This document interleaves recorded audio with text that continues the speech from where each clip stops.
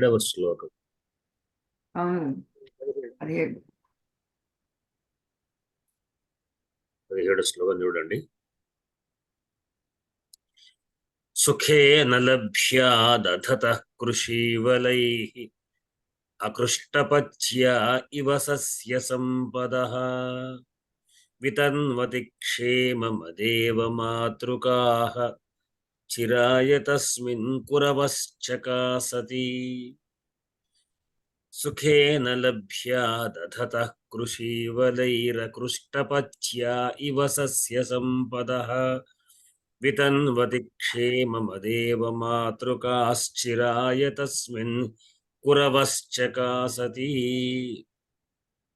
ఇది శ్లోకం. లక్ష్మీ చదవండి. గురుగారు. సుఖేన లభ్యా దదతః కృషీవలై అకృష్ట్యపచ్యా ఇవ సస్య సంపదః. కృషీవలై అని ఆపినప్పుడు రకృష్ట అని, లేకుంటే కృషీవలైః అకృష్ట. సుఖేన లభ్యా దదతః కృషీవలైః అకృష్టపచ్యా ఇవ సస్య సంపదః వితన్వతి క్షేమమదేవ మాతృకాః చిరాయ తస్మిన్ కురవశ్చకాసతి. సుఖేన లభ్యా దదతః కృషీవలైః అకృష్టపచ్యా ఇవ సస్య సంపదః వితన్వతి క్షేమమదేవ మాతృకాః చిరాయ తస్మిన్ కురవశ్చకాసతి.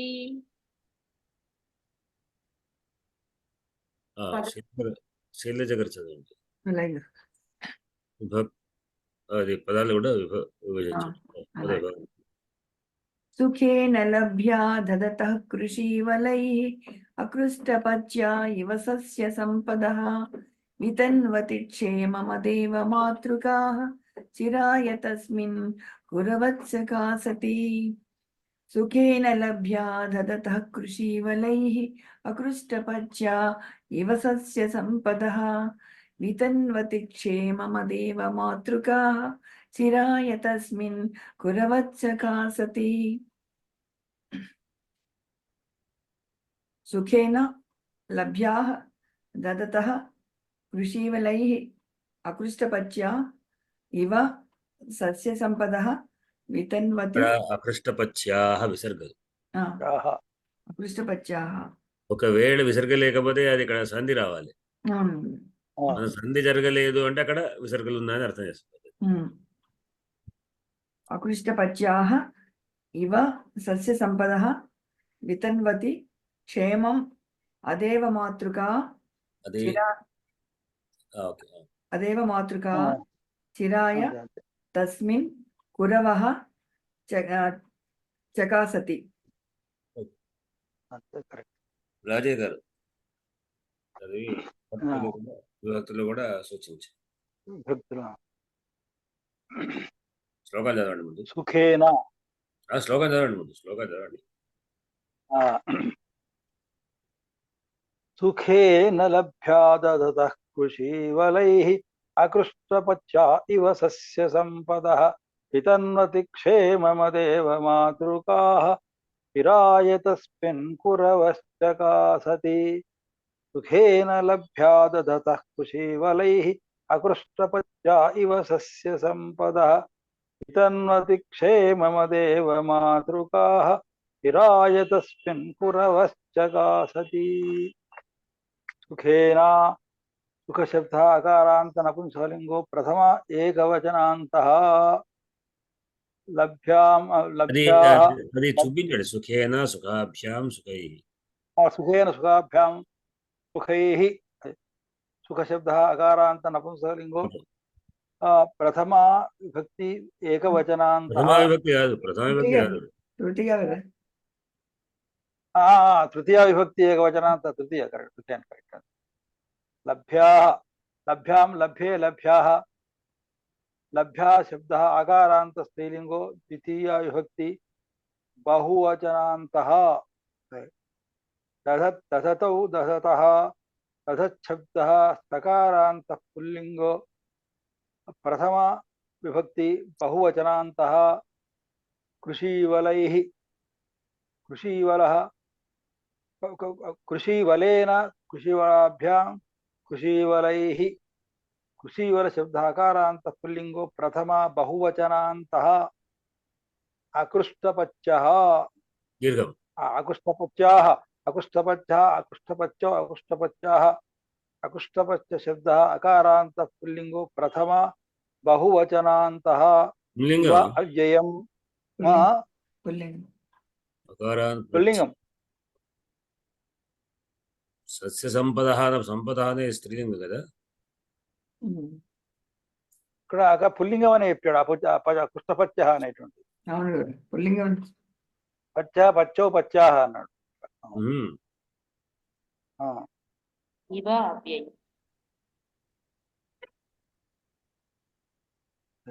పచ్యాహ పురవః రామశబ్దవతి చెప్పాడు ఇక్కడ.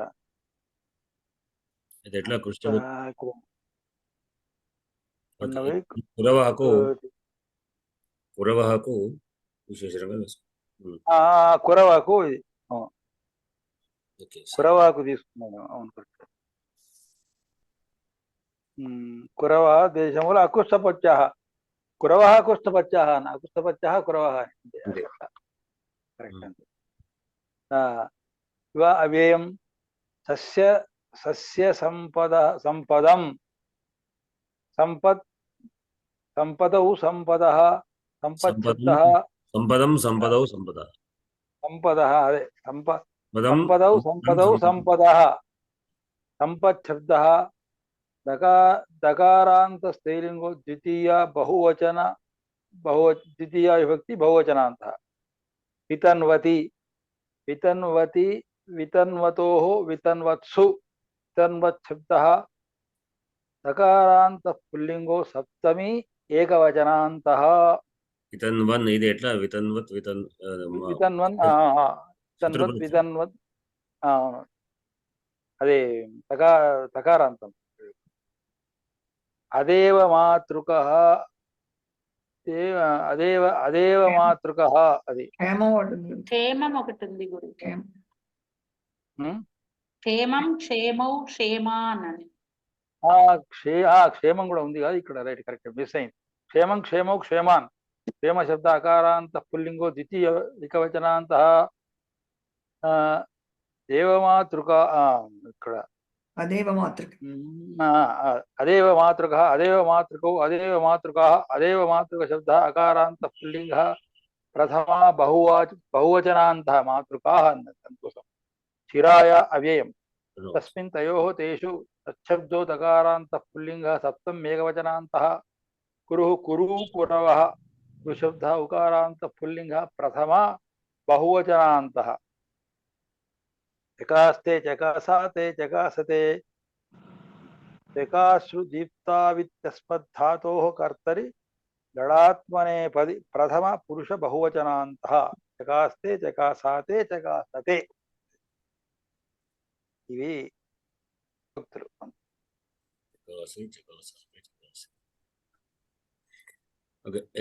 దీంట్లో చకాసతి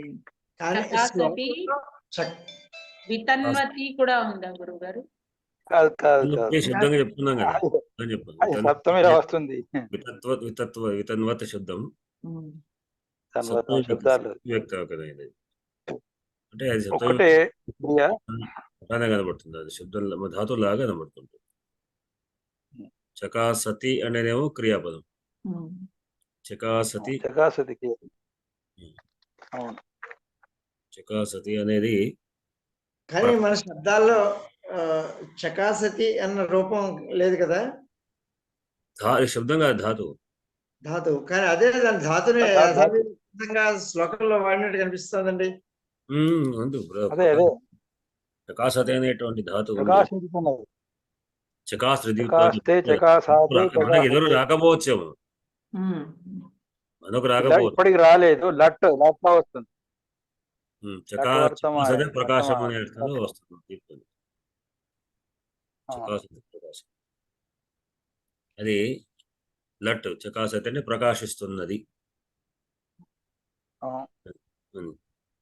అట ఆత్మనేపది కూడా ప్రకాశిస్తున్నవి బహువచనం ఇది. బహువచనం. చకాస్తే చకాసాతే చకాసతే. చకాసతే అన్నాం.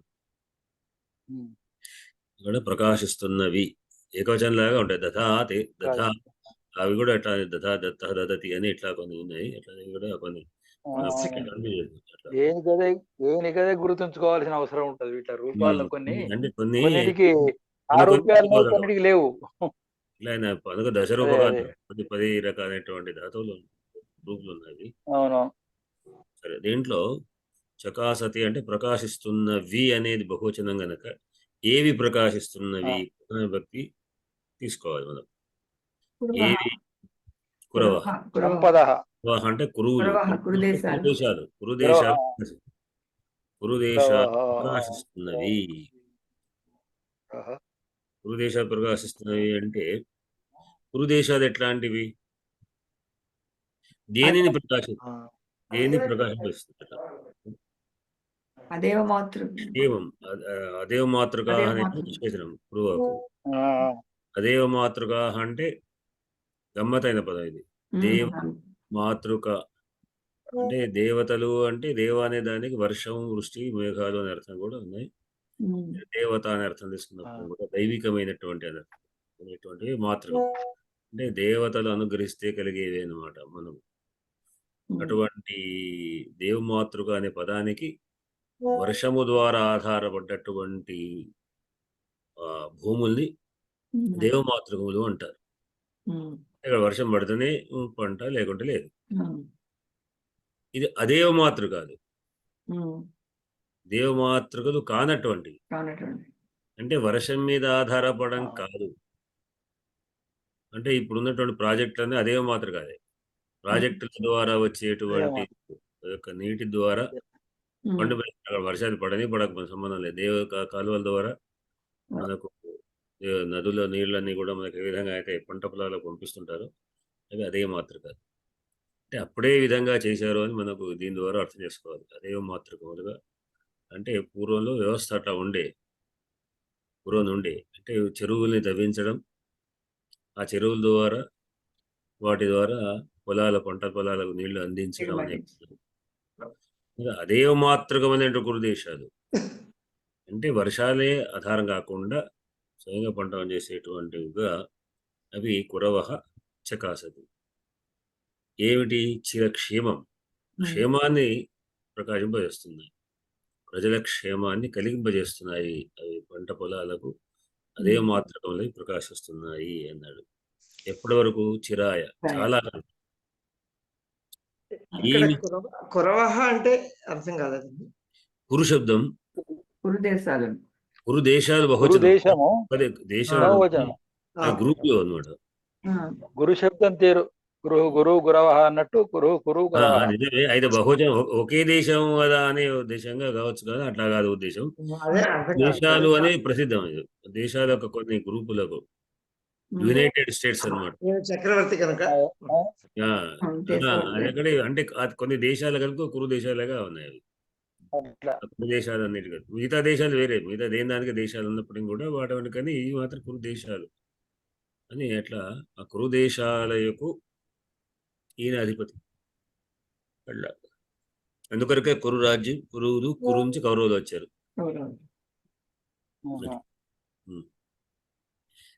ఎవరో అడిగినారు, పాండవులు కూడా కౌరవులే కదా?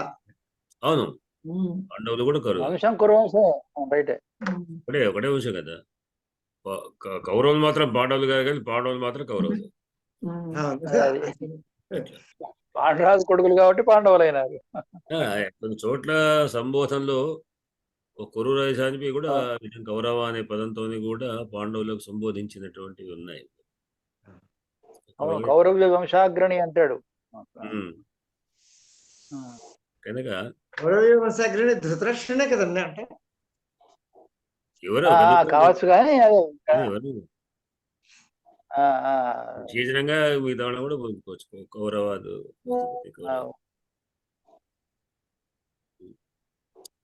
గురవః గురుదేశాలు చకాసి ప్రకాశిస్తున్నాయి. ఎప్పుడు అంటే అవి దేని ఏం అంటే అదేశ మాత్రమైన గురుదేశాలు క్షేమాన్ని చిరాయ చాలా కాలం ఎప్పుడు అంటే వితన్వతి సతి వితన్వతి అనేది సప్తమి భక్తి. సప్తమి భక్తికి సతి చేర్చుకుంటే అంటే జనరల్గా క్షేమం ఏం చెప్పుకున్నాం ఈ శత్రు ప్రత్యాంతమైన వచ్చినప్పుడు అప్పుడు సప్తమి భక్తి చేర్చుకుంటే వితన్వతి అవుతుంది. వితన్వతి సతి అంటే విస్తరింపజేయుచుండగా అన్నప్పుడు ఎవరు సతి సప్తమి.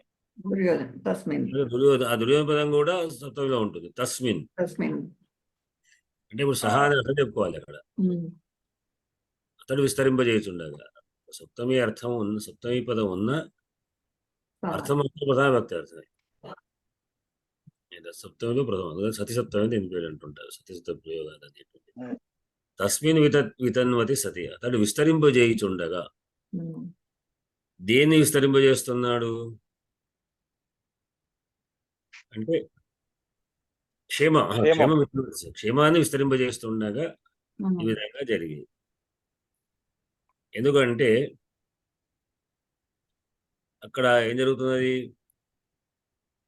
సస్య సంపద ఏమవుతున్నాయి అకృష్టపత్యాహ అవి కురుదేశాలు అకృష్టపరిచయములైనవి. అకృష్టపత్యాహ ఇవ కృష్టం అంటే కర్షణం లాగడం దున్నడం పత్యం అంటే పండినవి అకృష్టపత్యములు అంటే దున్నకుండానే పండినవి. ఎందుకంటే అవి అంత అకృష్టపత్యాహ ఇవ దున్నకుండానే పండినవో ఎన్నట్లు అన్నమాట. అక్కడ ఇవ అనే కురవ చకాసతి అవి ఏం చేస్తున్నాయి దేని పండు పోయేస్తాయి అకృష్టపత్యాహ సస్య సంపద సస్య సంపద సస్యం అనే సంపత్తులు పంట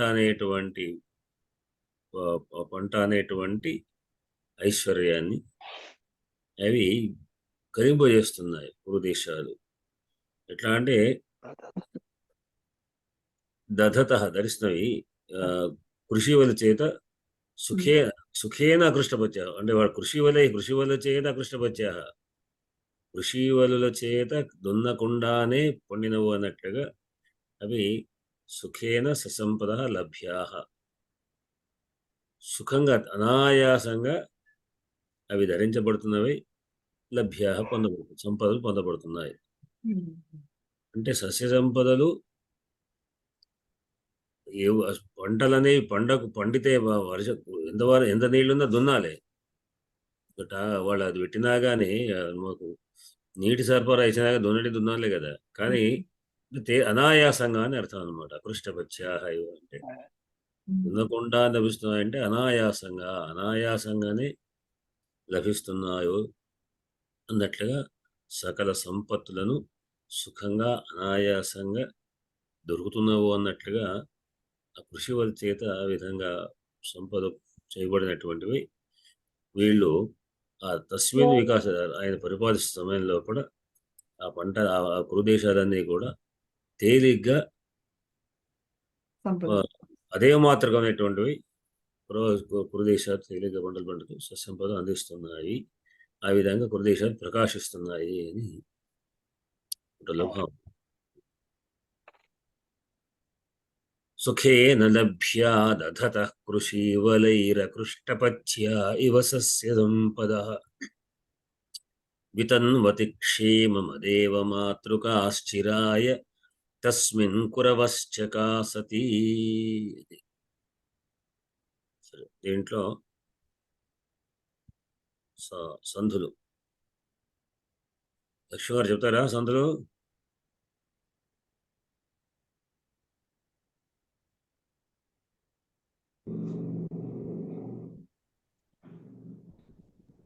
కొంచెం చూస్తాను గురువు గారు, ట్రై చేస్తాను.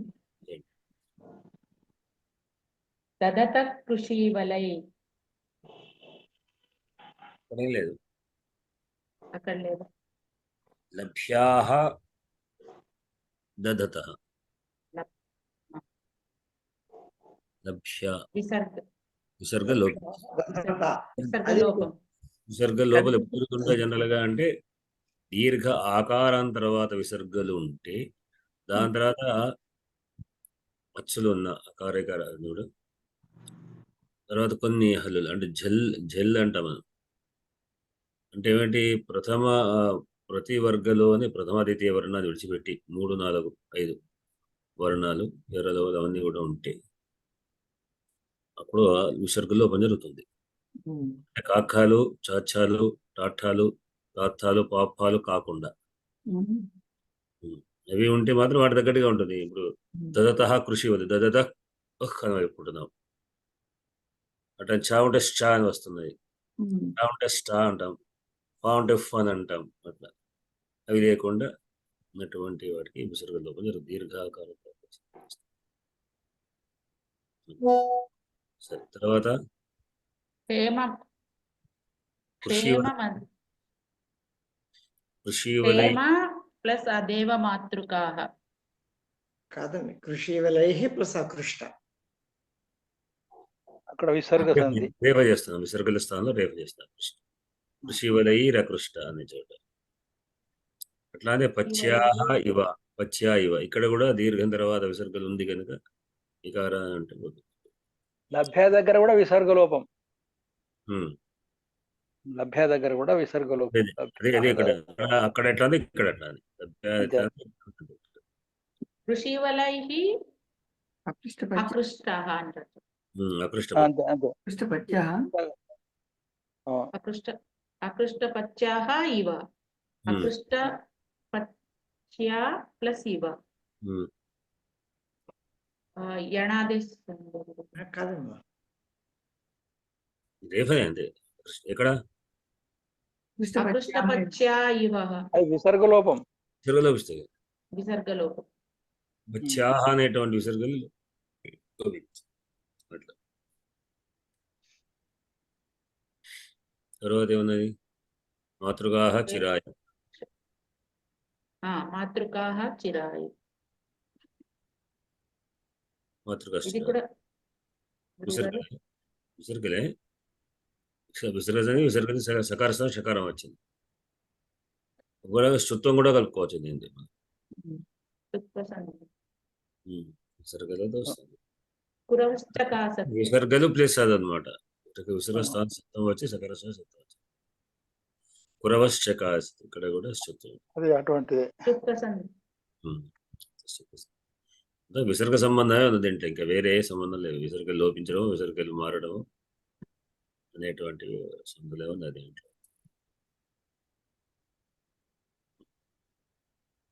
చావలి వారు సమాసాలు చెప్తారా? ప్రయత్నిస్తానండి. చేయండి. తప్పులు ఉంటే దండించదేం లేదు కదా ఇక్కడ. మనకు మంచిదే అన్నారు కదా. అంతే కదా. గుర్తుందండి. కృషి వలహ కృషి ఏషాం అస్తి ఇది కృషి వలహ. Right right. బహువ్రీహి సమాసం అండి అది. మరి అంటారా? బహువ్రీ ఏ రకం బహువ్రీ నాకు అనుమానం అండి. తద్దితం అయితే తృతీయ అస్తి ఎస్సీ రాలేదు కదా. బహురీ కాలేదు కదా. బహురీ కాదు. బహువ్రీ కాదండి. కాదండి. తృతీయ గురుగారు తద్దితం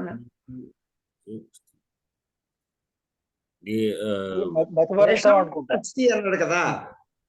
మతుభర్తంగా తద్దితం లాంటిది కాలది అని వస్తుంది. వేరే వల్ల అనేటువంటి అది వస్తుంది.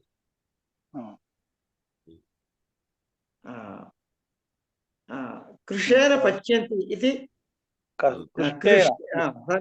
కృష్టేన ఓకే కృష్టేన పచ్యంతి ఇది కృష్టపచ్యాః.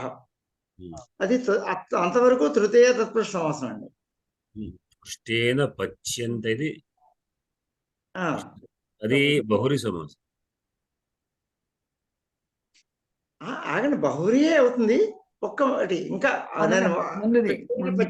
ముందు కాదు, అంతవరకే. కృష్ణ పచ్యంత అనేది చెప్తాను. ఉపపద బహురీ. ఉపపదం ఉపపద బహువ్రీహి. రెండవ పదం విభక్తి ధాతువు అయినప్పుడు ఆ ఆ. ధాతువు అక్కడ ఉండకుండా శబ్దంగా మారినప్పుడు కృష్టపచ్చ న భవంతి ఇది అకృష్టపచ్చాహ. ఇది Hmm. నైతత్పురుష బహువ్రీహి అనుకున్నాం కదా. అవును. నైతత్పురుషం అంతే, ఆ, నైతత్పురుషం అనాలి దాన్ని. అవునా, తత్పురుషం కాదు కదా సమాసం.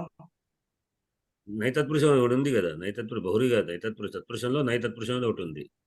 సత్యంగా నైతత్పురుషం. అపుత్రుడు నై బహురి అనేలాంటిది. నా ప్లస్ కృష్ణపచ్చ అకృష్ణపచ్చ అంటే నైతత్పురుషం. ఆ పదానికి ప్రధానం ఉన్నప్పుడు ఏదో రకం ఆ పదానికి ప్రధానం ఉంది. సత్యం కాని అసత్యం అన్నప్పుడు సత్యం కాని అనే పదంతో సత్యం సంబంధం ఉంది. ఓకే, అపుత్ర అన్నప్పుడు అపుత్ర అన్నప్పుడు పుత్రుడు కాని బహువ్రీహి భాగం వేరేవాడు. అయిపోయింది. బహువ్రీహి భాగం అయిపోయింది కాబట్టి ఇది నా మన చట్టం కేవలం నైతత్పురుష. నైతత్పురుషం. తర్వాత సస్య సంపద, మనకు సస్యానాం confuse చేస్తున్నాం. సంపద. మనకు అపుత్ర అసత్యం ఈ రెండు తేడా గుర్తించాలి. అర్థమైందండి.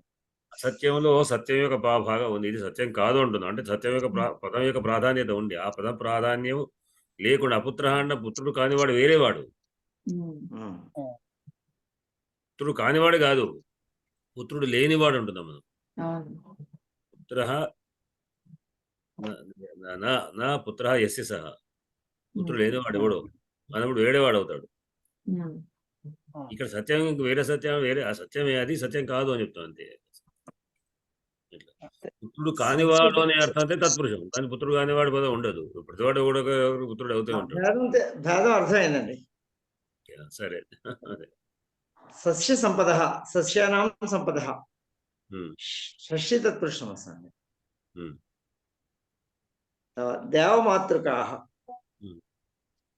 దేవయవ మాత ఏషాం తే దేవమాతృకాః. ఉమ్. అది బహువ్రీహి సమాసం అండి. రైట్. తర్వాత దేవమాతృక నభవంతి ఇది అదేవమాతృక ఉమ్. నైతత్పురుష. ఉమ్. నాకు ఇంతవరకునే తెలిసేయండి. ఇంకా అవే సమస్య అంతే అంతే. అంతే ఉన్నాయండి.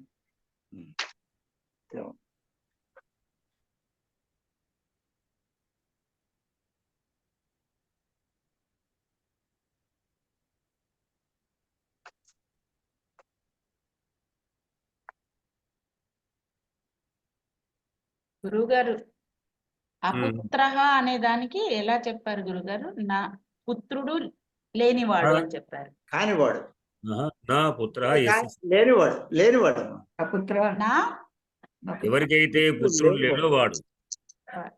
నా పుత్ర నా పుత్ర యస్య సహ. అపుత్ర నా పుత్ర ఇది తత్పురుషం అవుతుంది. ఉమ్, అసత్యం అన్న దానికి బహురీహి అవుతుంది. ఉమ్. కాదమ్మా, సత్యానికి సంబంధం ఉంది కాబట్టి అసత్యం తత్పురుషం అవుతుంది, అపుత్ర అన్నది బహురి బహువ్రీహి. సమాసం. నై బహురి అనొచ్చు, అది నై బహురి సమాసం.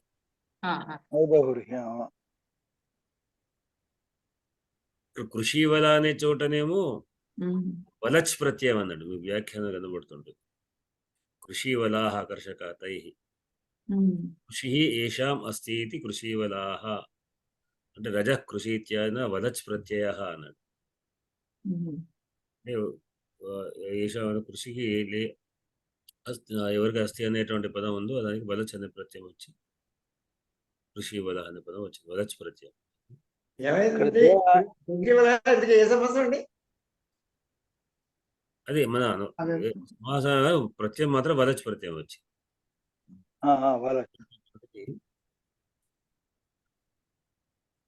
వల్ల ఈ ప్రత్యయాలన్నీ కూడా సందంతాలు వాటిలో వస్తుంటాయి.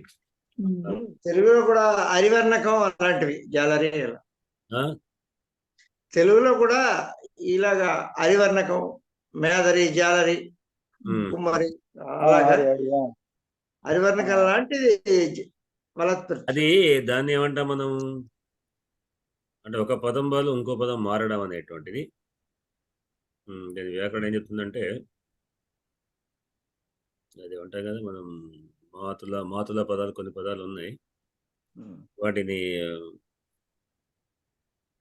మాతుల అంటే మాతులా అని స్త్రీలింగం చేసినప్పుడు అది మాతుల అంటే మాతృ భ్రాత అన్నప్పుడు మాతుల పదము నిపాతం. ఆ, నిపాతాలు అంటారు. నిపాతం అంటే ఆ పదం మొత్తం ఇంకో పదం రావడం. ఆ. ఇదివరకు దీని గురించి అనుకున్నాం కదా. పితృవ్య పదం కూడా అంతే. పితృవ్య అన్నప్పుడు అర్థం ఏమిటి? వ్యయ అని వచ్చింది. అంటే పితు భ్రాత పితృవ్యః. నిపాతం అనమాట. అంటే అది పడ్డది అట్లా. అదే విధంగా ఇది కూడా మాతుల పదం నిపాతాలు. అంటే ఒక పదం పదం ఇంకో పదం చేర్చేది. ఇక్కడ దేవకు పర్జన్యాన్ని ఇచ్చాడు సంస్కృతం వ్యాఖ్యానంలో. పర్జన్యం అని అర్థం. దేవ పర్జన్య ఏవ మాత ఏష అంటే దేవ మాతృక అన్నాడు. అంటే దేవ అంటే దైవికంగా వచ్చేది, అది దేవ అనేటువంటి పర్జన్యం అర్థం. పర్జన్యాన్ని తీసుకున్నాడు ఇక్కడ. కింద అమరంలో కూడా దేశో నద్యంబు వృష్ట్యంబు సంపన్న వ్రీహి పాదితాః స్యాన్ నదీ మాతృకో దేవమాతృకస్య యథాక్రమః. అమరంలో తీశాడు. నది అంబు వృష్ట్యంబు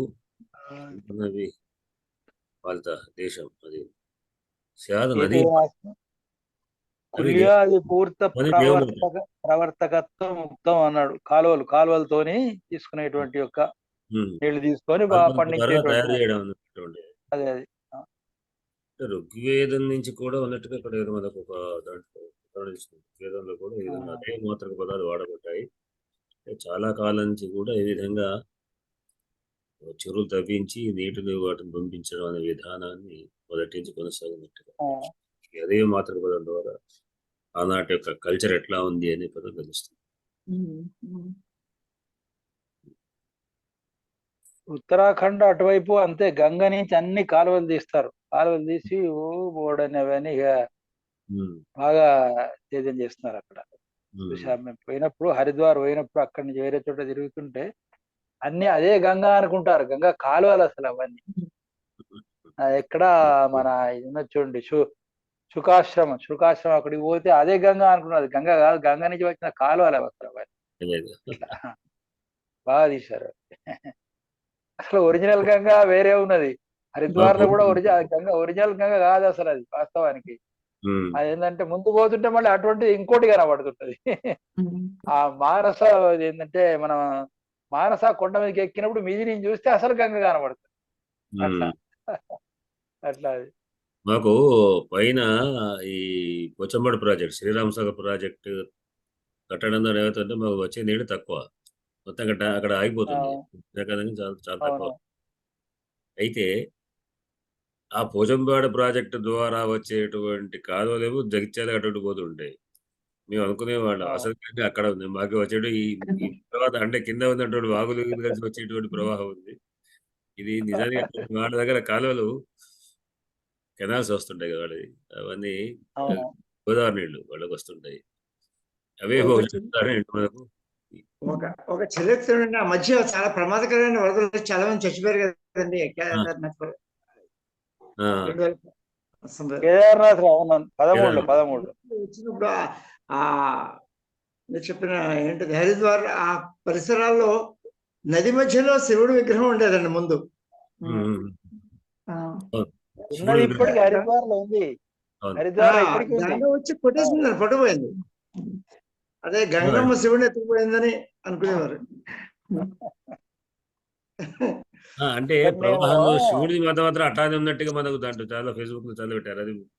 అది హరిద్వార్ లో అట్లాగే ఉన్నది. అది అయితే ఆ పైన జరిగింది ఆ విగ్రహం ఎగిరిపోవడం మాత్రం ఒక చోట జరిగిందండి. అది ఆ సమీపంలో ఇక్కడ కావచ్చు కానీ హరిద్వార్ లో మాత్రం అట్లాగే ఉంది. హరిద్వార్ అదే శివుని మించి ప్రవహించడం మళ్ళీ శివుని అట్లానే ఉంది అని అది దేవుడు లేదో చూపించేసారు. అక్కడ కేదార్నాథ్కి ఏంటంటే మీద అన్ని డ్యాములు కట్టారు, మీద అన్ని నీళ్ళు నిల్వ పెట్టారు అన్నమాట. అడ్డకట్టలు వేసి ఆనకట్టలు విపరీతమైన నీళ్లు వచ్చేసరికి అవన్నీ తెగిపోయి కిందికి వచ్చేసాయి. కేదార్నాథ్ లో చూసాం భీమశిల అని ఆ దేవుని వెనుక ఉంటది అన్నమాట పెద్ద శిల, దాన్ని ఫోటో కూడా తీశాను. ఇంకా ఆగిపోయింది. అయితే అవును. అక్కడి ప్రవాహం వచ్చిన తర్వాత అది ఆ అడ్డే శిల దగ్గరికి వచ్చి అటు ఇటు చీలిపోయింది వయాకారం, అది అటు ఇటు చీలిపోయి గుడికి మాత్రమే దేవాలయం కాలేదు. దగ్గర అయిపోయింది. ఇక్కడ దేవాలయం కొడుకుపోతుంది. అవును. అది అంటే ఆపి దేవాలయం వెనుకకు వచ్చింది, వెనుక భీమశిల ఉంది కదా, అక్కడికి వచ్చి డివైడ్ అయ్యి లెఫ్ట్ కు రైట్ కు పోయినాయి. దేవాలయం మాత్రం ఏం కాలేదు. పక్కకి ఇటున్నవి అటున్నవి అవన్నీ షాపులు ఇళ్ళు అన్ని కొట్టుకుపోయినాయి. మాకు అయిపోయినారు. మా ధర్మపురికి ఏమైందంటే నిరుడు లాస్ట్ ఇయర్ గోదావరి బాగా వచ్చి చివరికి ఊర్లోకి బాగా వచ్చింది. మా ఇంటి ముందర దాకా కూడా వచ్చింది నీళ్ళు. అయితే ఆ సమయంలో అక్కడ పైన మాకు పైన ఈ ఒక ప్రాజెక్ట్ ఉంది. మాకు 2 ప్రాజెక్టు పైన శ్రీరామ్ సాగర్ నుంచి వచ్చేది, మళ్ళీ ఇంకో నది నుంచి వచ్చేది 2 కలిపి ఉంటాయి. ఏది మన నిర్మల్ దగ్గర పేరు ఏంటి అది అక్కడ దానికి ఏమైందంటే ఇది మన సాత్నాల కాదు కుండ అనేది విన్నాను సంథింగ్ వంశ ఏదో ఉన్నది, బా మీద ఉన్నది. అయితే అది ఏమైందంటే అది ఓపెన్ కాలేదు, డోర్లు ఓపెన్ కాకపోతే చివరికి సైడ్కు అది కొట్టుకుపోతున్న పరిస్థితికి వచ్చేది. అంటే ఒకవేళ కొట్టుకుపోతే మొత్తం ధనుపురంత దెబ్బతింటుండే మొత్తం. అయిపోయింది అన్నారు కదా. అప్పుడు చాలా ప్రయత్నాలు చేసి అవి చేసి చివరికి అటు అంటే మా వైపు కాకుండా అటువైపు కట్ట అదైంది, గండి పడింది, ఇళ్ళ కట్టిపోయినాయి. అటు చాలా ఊళ్ళకు దెబ్బతిన్నది కానీ మాకు ధర్మపురికి ఏం కాదు. మొత్తం అందరూ పడేశారు. కడెం కూడా అంతే అయింది. గ్రీసు వేయడానికి కూడా పైసలు వేయలేట గవర్నమెంట్. చివరికి ఏం చేశారంటే గేట్ ఎత్తకుంటే అది ఏదో చేశారని వీళ్ళు చెప్తున్నారు కానీ అవతల అటువైపు అయితేనో కొట్టి పడేశారట కట్టను. అప్పుడు తెగి ఏదైతేనో గోదావరి కలిసిపోయినాయి. అసలు ఇంజనీర్ల ద్వారా చేసింది ఇది. వీళ్ళు చెప్పేది అఫీషియల్ గా ఇదే అన్నమాట. కానీ అసలు కట్ చేసి పడేశారట ఈ ప్రమాదం తప్పడానికి. కట్ చేశారు. అది ఇంకోటి కట్ అయింది, ఆటోమేటిక్ కొంత కట్ అయింది, వీళ్ళు కొంత కట్ చేశారు. వీళ్ళు చేశారు అదేదైంది మొత్తానికి. మాకు వాళ్ళకి రిమార్క్, గవర్నమెంట్ రిమార్క్ ఉండదు. ఈ సంవత్సరం ప్రయత్నం చేశారు. మొన్న ఇప్పుడు 2 సార్లు వచ్చి గోదావరి కదా, నిరుడు వచ్చింది. ఈ సంవత్సరం నిరుడు దైవికంగా జరిగింది. ఈ సంవత్సరం వీళ్ళు మళ్ళీ వేరే ప్రయత్నం చేసి ఆ డోర్లు తీసి అవి చేసి ఏదో చేసేసారు, మొత్తం ప్రయత్నం చేశారు. నిరుడు ఆటోమేటిక్గా అయింది. ఇంకా మాకు అప్పుడు చీకటి రాత్రి వాళ్ళకు సరే దొరకలేదు. ఏమవుతుంది మొత్తం డ్యామ్ పోతుంది అనుకున్నా. డ్యామ్ పోతుంది అంటే ఇంకేం లేదు. ఒక్కసారి 58లో డ్యామ్ తెగింది. ఈ పోచంపాడు లేకుండే, శ్రీరామ్ సాగర్ లేకుండే. అప్పుడు చొప్పగట్ల పుల్లయ్య చీఫ్ ఇంజనీర్ ఉన్నాడు. చొప్పగట్ల పుల్లయ్య మంత్రి, ఆయన చీఫ్ ఇంజనీర్ ఉండే. అయితే ఆ ప్రాజెక్ట్ 58లో నేను పుట్టాను. 58లో నేను జూన్లో పుట్టాను. అది సెప్టెంబర్ టైంలో కూడా కొట్టుకుపోతే మొత్తం ఊళ్ళో సగం వచ్చేసింది. మళ్ళా ఎంత స్పీడ్లో వచ్చిందంటే అసలు వీళ్ళు తేరుకునే లోపలనే ఊళ్ళోకి వచ్చేసింది. అంటే మాకు ధర్మపురి సేఫ్టీ ఏంటంటే అంత తొందర ఈజీగా రాదు. అది వస్తున్న సంగతి ముందే తెలిసి మేము ప్లాన్ వేసుకుంటాం, ఏర్పడుతుంది మాకు. ఎందుకంటే మేము ఎత్తులో ఉన్నది ధర్మపురి, దాదాపు ఒక 50 ఫీట్ల ఎత్తు గోదావరి కింద డౌన్ లో ఉంటుంది. అది వెరిగా వచ్చేసరికి ఇక్కడ క్లియర్ చేసుకుంటాం. అట్లాంటిది ఆ సంవత్సరం ఇట్లా ఒక్కసారి తెగిందంటే ఒక్కసారి ప్రయోగం వచ్చేసి మొత్తం వస్తే ఊళ్ళో సగం దాకా వచ్చింది. మళ్ళీ వెంబడే ఎందుకంటే నీళ్లు కాగిపోయి ఒక గంట 2 గంటలు మొత్తం మడకపోయింది. మొత్తం గోదావరి మళ్ళీ అయితే మామూలు గోదావరి అయిపోయింది కదా. ఊళ్ళో చాలా ఇళ్ళు కొట్టుకుపోయి కదా ఏదో వెళ్ళిపోయాయి. ఒకసారి కడెం ప్రాజెక్టే, ఈసారి కూడా కడెం ప్రాజెక్టే అది అయిపోయింది. దిగి ఇంకా ఊరి కోతం పోతుంది అనుకున్నాను. అదృష్టం కొద్ది అది మళ్ళీ అటు కొట్టుకోవడం, మరి ధర్మపురికి ఏం కాదు. మళ్ళీ సరే చాలా మంది వచ్చినారు. ఈ సంవత్సరం కూడా అట్లానే అనుకున్నాం. మళ్ళీ ఏదో డోర్లు తీసి ఓపెన్ అయింది చాలా ఏదో దాంట్లో మొత్తానికి దక్కించారు. ఈ ప్రాజెక్ట్ ఏమో ఒక రకంగా మంచిగా కానీ ఇంకో రకం భయంకరమే. దాని కింద ఉన్న 2 అన్నర్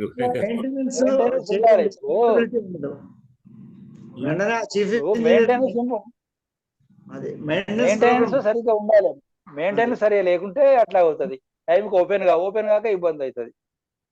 అట్లా అనమాట. ఎప్పుడు ఏదైతే ఉన్నదో మెయింటెనెన్స్ కి ఒకటి గవర్నమెంట్ డబ్బు శాంక్షన్ చేయడం అని ఒకటైతే, ఆ డబ్బును సరైన వినియోగించుకోవాలి. వీళ్ళు ఏక ఇంజనీర్లు చెప్పడానికి మింగివేసి ఎవరు చూసారు అది వాళ్ళు చేసేవాళ్ళు కూడా మింగేటువంటి వాళ్ళు కూడా ఉంటారు. అప్పుడు 95లో అదే అయింది. 90లో గురు జేకే సరిగా మొత్తం బాగా మింగితే గోదావరి బాగా వచ్చింది. అప్పుడు చంద్రబాబు మొత్తం ఇంజనీర్లను సస్పెండ్ చేశాడు మొత్తం. ఇదంతా మింగారు, వాళ్ళ మీద ఎంకరేజ్ చేశారు చాలా మంది. ఏంటంటే అప్పుడు కూడా డోర్ ఓపెన్ కాలేదు 95 ఓపెన్ కాక ఇదే సేమ్ మళ్ళీ ఇదే ఇంతవరకు మా ఇంటి దాకా వచ్చింది దాదాపు. చివరికి మళ్ళీ పోయింది, సస్పెండ్ చేయడం జరిగింది. అప్పుడు వాళ్ళందరూ వాళ్ళ కోట్ల కొద్ది రూపాయలు ఇస్తే వీళ్ళు మింగేస్తుంటారు. టైం టు టైం చూసుకుంటూ ఉండాలి, వాళ్ళ వాళ్ళ బాధ్యత. అది బాధ్యతలు నాకు నిర్లక్ష్యం చేస్తుంటారు. ఇంకొకటి కూడా ఏమైందంటే, మా ఊర్లోనే గోదావరిలో ఒక వాగు వచ్చి కలుస్తుంది. ఈ వాగును మనకు పురాణాల్లో భద్రా నది అని పేరుంది, కానీ దాని పేరేమిటి విలువ ఎవరికి తెలియదు. భద్రావతి అని పేరు. అది వచ్చి కలుస్తుంది. ఆ వాగు మీద మధ్యలో గోదావరి మధ్య అంటే గోదావరికి మధ్యలో ఒక చిన్న దిబ్బ ఉంది. దాని మీద హనుమంతుడి గుడి ఉంది, ఆంజనేయ గుడి. ఈ హనుమంతుడి గుడికి వెళ్ళడానికి కొరకు వీళ్ళు సరే అంటే ఈజీగానే, పెద్ద ఎప్పుడైనా ఈజీగా పోతాం వస్తుంటే పెద్దగా అది బాగేమి ఇబ్బంది పెట్టేది, కానీ వర్షాకాలంలో ఇబ్బంది చేస్తుంటారు. అయితే దానికి ఆ వాగు ఆ దేవాలయం దేవాలయం ఎవరిదో వాళ్ళు ఆయన శ్యామసుందర శాస్త్రి అని ఆయనే మాకు సంస్కృతం పాఠశాలలో చెప్పేవాడు. తర్వాత దానికి ఆయన పూజారి, ఆయన అంటే వాళ్ళది వంశ పరంపరగా వచ్చేటువంటిది. ఆయన ఏదో మొత్తం పైరాబట్టి ఒక చిన్న బ్రిడ్జ్ కట్టించారు. అయితే బ్రిడ్జ్ కట్టాలంటే గవర్నమెంట్ శాంక్షన్ చేయాలి. ఈ దేవాలయం బ్రిడ్జ్ కట్టడం అంటే అది బహుశా అంగీకారం కాదేమో. కనుక వాళ్ళు ఏం చేశారంటే, వాగులో నీళ్లు అంటే ఈ వరద దాని కొరకని వాగు గోదావరి పెరిగినప్పుడు ఈ గోదావరి నీళ్లు వాగులోకి వచ్చి పడతాయి, ఎదురుగా కనుక దాన్ని ఏం చేశారంటే, ఆ బ్రిడ్జిని కట్టేటప్పుడు డోర్లు పెట్టారు. ఆ డోర్లు ఏమిటంటే, వాగు వస్తే తన్నుకొని వెళ్ళిపోతాయి, డోర్లు అందుకొని వెళ్ళిపోతాయి. గోదావరి వస్తే మాత్రం ఆ డోర్లు ఆపేస్తాయి, అంటే మీదికి ఎక్కని బాబు. అట్లా కట్టారు. కడితే ఏమైపోయింది, వర్షాకాలం కట్టి ఇంకా పూర్తి కాలేదు. శంకుస్థాపన కొరకు అన్ని తయారు చేసి, బోర్డు కూడా తయారు చేసి కట్టేసి కాలే దాన్ని ఒడ్డుకునే దానికి ఎక్కడే ఉంది ఒక 200-300 గజాల్లోని మా కాలేజీ. మేము కాలేజీలో ఉంటాం. అది కట్టి ప్రారంభం కాలేదు, శంకుస్థాపన చేశారు. శంకుస్థాపన ఇంకో 4-5 రోజులు శంకుస్థాపనంగా మొత్తంగా శంకుస్థాపన కూడా చేశారు. ఇంకెవరు మినిస్టర్ వస్తారన్నారు. అది గోదావరి వచ్చింది, ఇటు వాగు వచ్చింది. ఆ రెండింటి మధ్యలో ఆ డోర్ ఇది ఓపెన్ కాక అది కాక తనుకొని మేము జస్ట్ ఒక పావుగంట అరగంట పోయి చూసాము. నేను మా కాలేజీలో పని చేసుకున్నాను. ఆడిట్ వస్తున్నది అంటే ఆడిట్ సమయం రిపోర్ట్ తయారు చేసుకుని మేము పోయిన అందరం పని చేసుకుని సాయంత్రం 7:30 కూర్చుని అంటే 1 దాకా కూర్చొని 1 కాగానే పోయి ఇంటికి తిని వద్దాం, మళ్ళీ వద్దాం అని వెళ్ళి ఒకసారి చూద్దామని దానికి వెళ్ళి దాన్ని ఎక్కి చూసాం, అంతా చేసాం. ఓకే అని ఇంటికి వచ్చి తింటున్నా అది కొట్టుకుపోయిందని చెప్పాడు. ఏదో ఇంతకుముందేగా నేను చూసినాను. చూడడమే కాదు, ఇట్లా చూడవచ్చిన 3-4 దాంట్లో కథ అయినాడు, చనిపోయారు. బ్రాహ్మణులు గురువు అయినాడు, ఇంకొక ఆయన పోయినాడు. అది నిజంగా ఇంకా ప్రారంభం కూడా కాదు, శంకుస్థాపన దానికి ఏమి కాదు, ఇనాగ్రేషన్ కాదు, ప్రారంభోత్సవం పెట్టారు. అది ఏం కాదు, కథ కొట్టుకోదు. మళ్ళా గమ్మతైందా దానికి అసలు చాలా ఆచారం లేకుండా అక్కడ వాటి రాళ్ళు మాత్రమే కింద పడి ఉన్నాయి, దానికి సిమెంట్ కూడా లేవు.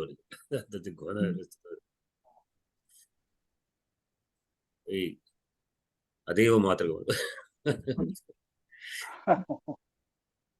సుఖే నలభ్యా దధతః కృషీవలైరకృష్టపచ్యా ఇవ సస్య సంపద వితన్వతి క్షేమమదేవ మాతృకాశ్చిరాయ తస్మిన్ కురవశ్చకాసతి.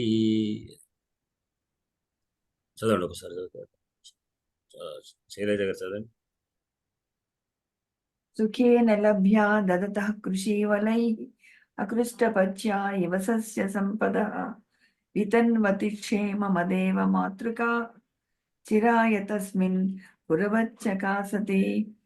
సుఖేన లభ్యా దదతః కృషీవలైః అకృష్టపచ్యా ఇవ సస్య సంపదః వితన్వతి క్షేమమదేవ మాతృకా చిరాయ తస్మిన్ పురవచ్చకాసతే. శ్రీ గురుభ్యో నమః. సుఖేన లభ్యా దదతః కృషీవలైః అకృష్టపత్యా ఇవ సస్య సంపదః వితన్వతి క్షేమమదేవ మాతృకాః చిరాయ తస్మిన్ కుర్వశ్చకాసతి. సుఖేన లభ్యా దదతః కృషీవలైః అకృష్టపత్యా ఇవ సస్య సంపదః వితన్వతి క్షేమమదేవ మాతృకాః చిరాయ తస్మిన్ కురువశ్చకాసతి. కురవ, అవునండి, బహువచనం.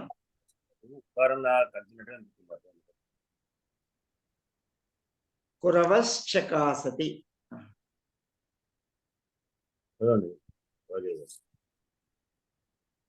సుఖేన లభ్యా దధతః కృషీవలైః అకృష్టపచ్చా ఇవ సస్య సంపదః వితన్వతి క్షేమమదేవ మాతృకాః చిరాయ తస్మిన్ కురవశ్చకాసతి.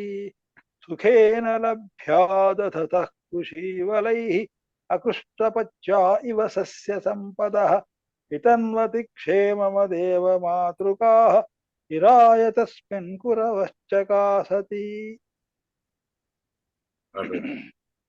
ప్రజాభిః పరిపాలయంతాం న్యాయేన మార్గేణ మహిం మహిషాః బ్రాహ్మణేభ్యः సమస్తం లోకాः సమస్తాः సుఖినో భవంతు. అందరికీ నమస్కారం. శుభరాత్రి. వరాత్ వరాత్. పనిచేస్తుంది.